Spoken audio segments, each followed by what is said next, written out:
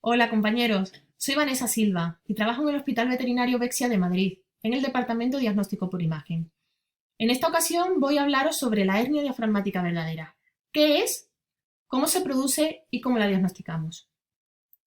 Vamos a comenzar haciendo un breve recordatorio del desarrollo embriológico del diafragma. Durante el desarrollo embrionario, las cavidades pleurales y peritoneal se separan a medida que el diafragma se forma por la fusión del tabique transverso, los pliegues pleuroperitoneales y el mesosófago, cerrando finalmente los conductos pleuroperitoneales. La contribución final al diafragma se produce a medida que se desarrolla el feto. La cavidad torácica se va agrandando y los mioblastos de la pared corporal migran a la periferia del diafragma, contribuyendo a los componentes musculares lateral y dorsal. El diafragma está formado por una porción central tendinosa por donde pasa el foramen de la vena cava y una porción muscular. Dicha porción muscular presenta tres partes: la parte esternal, la parte costal y la parte lumbar. La parte lumbar es la que todos conocemos como los pilares diafragmáticos, el pilar izquierdo y el pilar derecho. El pilar izquierdo va a presentar una inserción más craneal, a nivel aproximado de la segunda vértebra lumbar, mientras que el pilar derecho lo hará a nivel de la cuarta vértebra lumbar. La parte costal se forma porque el diafragma necesita tener una mayor sujeción y para ello emite unas prolongaciones desde los últimos 9 pares de costillas. Estas prolongaciones se van a unir en la apófisis sifoides del esternón para formar la parte esternal. Vamos a ver ahora, mediante estas imágenes de TAC, las diferentes partes del diafragma. Porción tendinosa, parte esternal, pilar diafragmático derecho y pilar diafragmático izquierdo. En este corte dorsal vemos porción tendinosa, parte costal, pilar diafragmático izquierdo y pilar diafragmático derecho. Pilar izquierdo y pilar derecho. Definimos hernia diafragmática como la entrada de vísceras abdominales dentro de la cavidad torácica. Existen hernias que poseen una predisposición congénita. Dentro de este grupo están las peritoneopericárdicas, la hernia de hiato o la hernia pleuroperitoneal o hernia verdadera. Dentro de las adquiridas, generalmente están las que presentan un origen traumático. Hernia peritoneopericárdica. Radiológicamente, ¿qué vemos? Pues estamos viendo una silueta cardíaca marcadamente aumentada de tamaño, de morfología globosa, con un borde caudal marcadamente convexo y es provocada porque la porción tendinosa del diafragma presenta un hiato congénito que permite el paso de las vísceras abdominales al saco pericárdico. Las hernias de hiato. Tenemos hernias de hiatos deslizantes, como es este caso, o las hernias de hiato paraesofágicas. Dentro de las deslizantes podemos ver cómo radiológicamente tenemos un aumento de radiopacidad a nivel del tórax caudodorsal.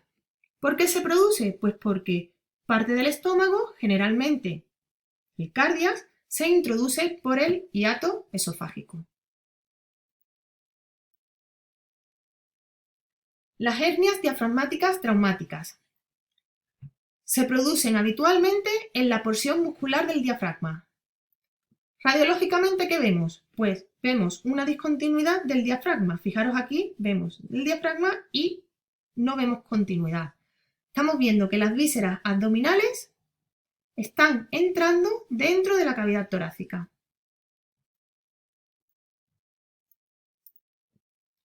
Ahora ya estudiamos la hernia diafragmática verdadera o pleuroperitoneal. ¿Cómo la definimos? Pues se va a definir como un defecto diafragmático subtotal en el que la serosa en la superficie torácica del diafragma permanece intacta. lo que impide la comunicación directa entre la pleura y el peritoneo. Durante el desarrollo embrionario, la porción muscular, generalmente el pilar diafragmático derecho, no se va a desarrollar, tan solo la membrana serosa. Los órganos abdominales van a invaginarse hacia la cavidad torácica, pero dentro de un saco herniario. Os voy a presentar ahora el caso de una perra de 2 años que acudió al hospital para ser intervenida por rotura del ligamento cruzado craneal izquierdo. El examen físico sin alteraciones. Analítica sanguínea sin hallazgos. Realizamos un estudio radiológico prequirúrgico del tórax, donde pudimos ver en estas proyecciones ortogonales, lateral derecha, lateral izquierda y dorso ventral, cómo había una masa de morfología redondeada, bordes bien delimitados y definidos, opacidad tejido blando en el tórax caudo-ventral. Dicha masa desplazaba al corazón hacia el lado izquierdo. En base a los hallazgos radiológicos, nuestros diagnósticos diferenciales fueron una hernia diafragmática verdadera, una masa diafragmática, una masa mediastínica caudal, una masa pulmonar o una hernia diafragmática traumática no fueron contempladas. Para delimitar la lesión y ver su extensión, decidimos realizar una tomografía computarizada de tórax. La realizamos con contraste endovenoso. El animal estaba posicionado en decúbito external, bajo anestesia general. Realizamos una apnea inducida de manera que el movimiento respiratorio del paciente no artefactuara en la imagen. Las imágenes fueron adquiridas en un algoritmo de pulmón con un grosor de corte de 2 milímetros y se reconstruyeron en ventana pulmón, tejido blando y ventana hueso, a un grosor de corte de 1 milímetro. Estas son las imágenes del TAC, en un plano dorsal y en un plano transversal. Tanto una como otra están reconstruidas en ventana de tejido blando. Observamos en la cavidad torácica, en su aspecto caudal, central y derecho, como parte de los lóbulos hepáticos, el medial derecho y el lóbulo cuadrado, así como la vesícula biliar, se invaginaban en la cavidad torácica, sin penetrar en la misma, desplazando la silueta cardíaca hacia el lado izquierdo. Estos dos lóbulos hepáticos y la propia vesícula biliar quedaban separados de la cavidad torácica por unos márgenes lisos y bien definidos. Fijaros aquí, qué bien se delimita el borde liso y bien definido. Ahora lo podremos ver mediante un vídeo. En un plano transversal, fijaros, al lado del corazón, el lado derecho, el hígado.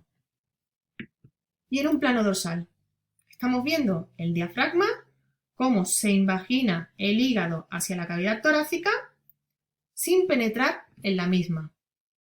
Además, podemos ver cómo el lóbulo accesorio presenta una atenuación menor que el resto de los lóbulos pulmonares.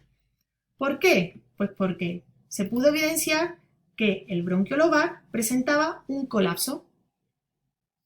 Lo volvemos a ver, bronquio lobar con colapso del subbronquio.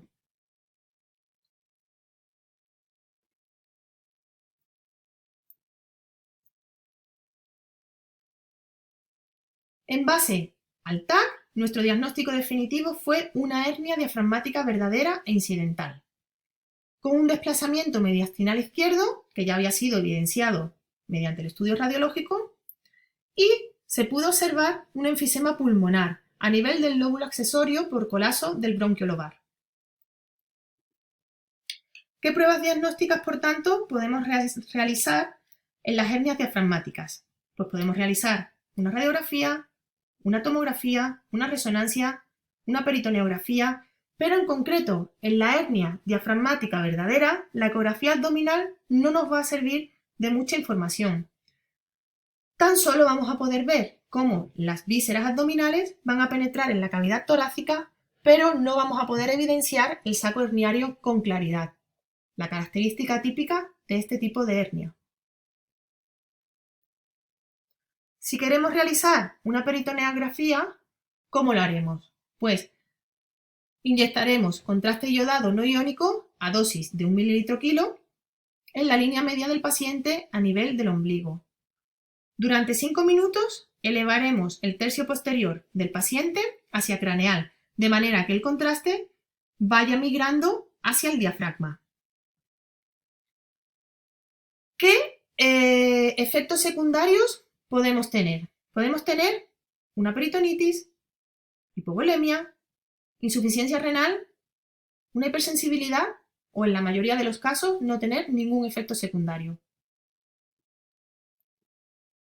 Fijaros aquí en estas imágenes. Están sacadas de este artículo. Fijaros cómo hay una masa de bordes bien delimitados, morfología redondeada, opacidad tejido blando en el tórax caudoventral. Aquí, en esta porción del tórax.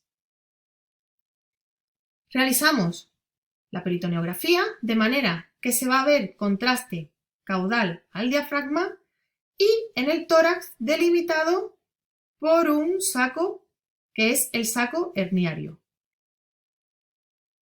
Lo vemos aquí. Por tanto, ¿qué nos debe de quedar claro en las hernias diafragmáticas verdaderas o pleuroperitoneales? ¿Por qué son provocadas? Hemos dicho que durante el desarrollo embrionario la porción muscular del pilar diafragmático derecho no se va a desarrollar. Tan solo se va a desarrollar una membrana serosa. Se va a crear un saco herniario, de manera que las vísceras que se invaginan hacia la cavidad torácica van a quedar metidas dentro de este saco.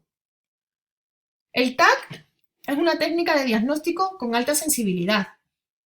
Con ella podemos delimitar los bordes lisos y bien definidos del saco herniario. Puede aportar información adicional, como en este caso fue la detección del enfisema del lóbulo accesorio y se descartó que existiera una torsión de los lóbulos hepáticos, así como una torsión de la vesícula biliar.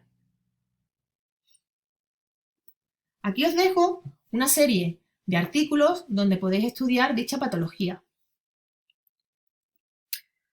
Bueno, compañeros, espero que os haya sido útil y para cualquier pregunta o cualquier duda que os haya podido surgir, aquí os dejo mi mail. Nos vemos pronto, compañeros. Un saludo.